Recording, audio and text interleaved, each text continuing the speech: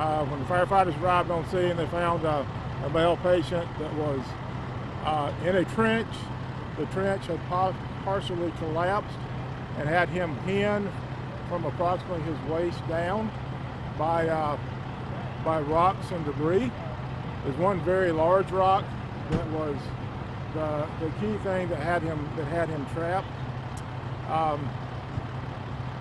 So our firefighters immediately did what they could to stabilize the situation as much as possible and to try to relieve some of that pressure that was on him.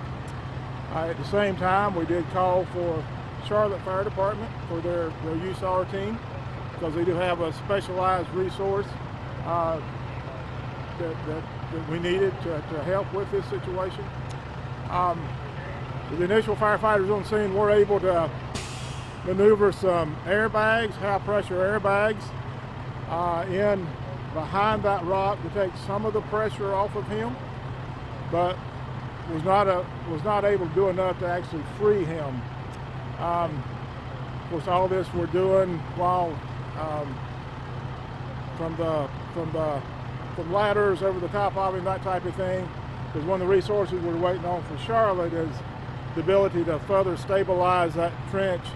You may have seen the boards they were putting on each side. That stabilizes the walls of that trench to prevent any further collapse.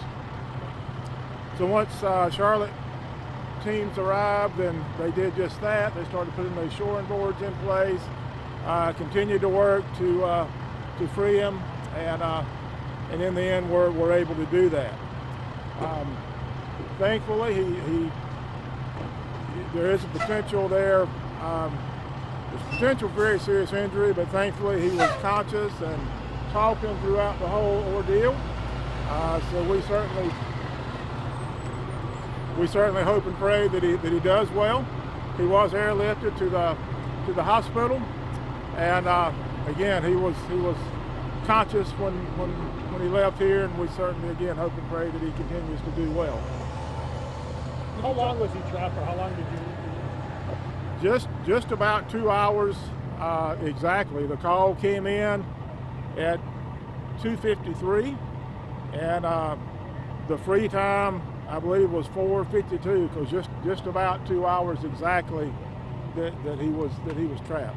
It was a very involved rescue situation.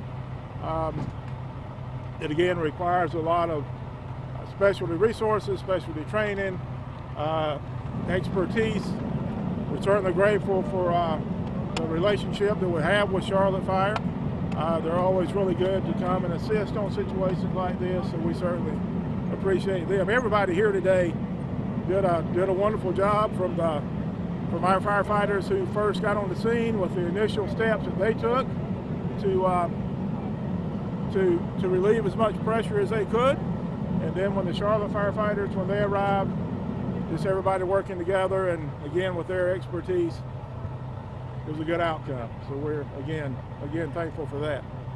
It's a pretty complicated rescue. I mean, you're dealing with heavy material, rocks, stones, and you're trying to kind of protect your own guys at the same time, because you don't want to have somebody else stuck in there. I mean, is that something that you're happy to have other departments around who can help you kind of filter through that and use their equipment as well? Absolutely. We're extremely happy to have that, because again, it's that whole mutual aid partnership.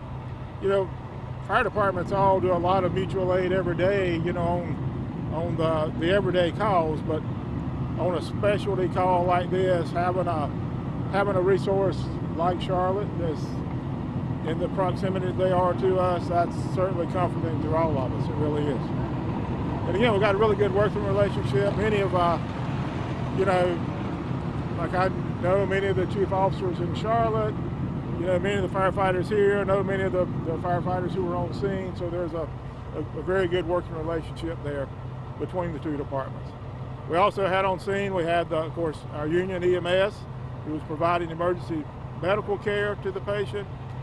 Med Center Air out of Charlotte, who came down. We actually landed them here at the elementary school just down the road. So they were here on hand as soon as he was freed. He was immediately taken to the helicopter and immediately flown to Charlotte.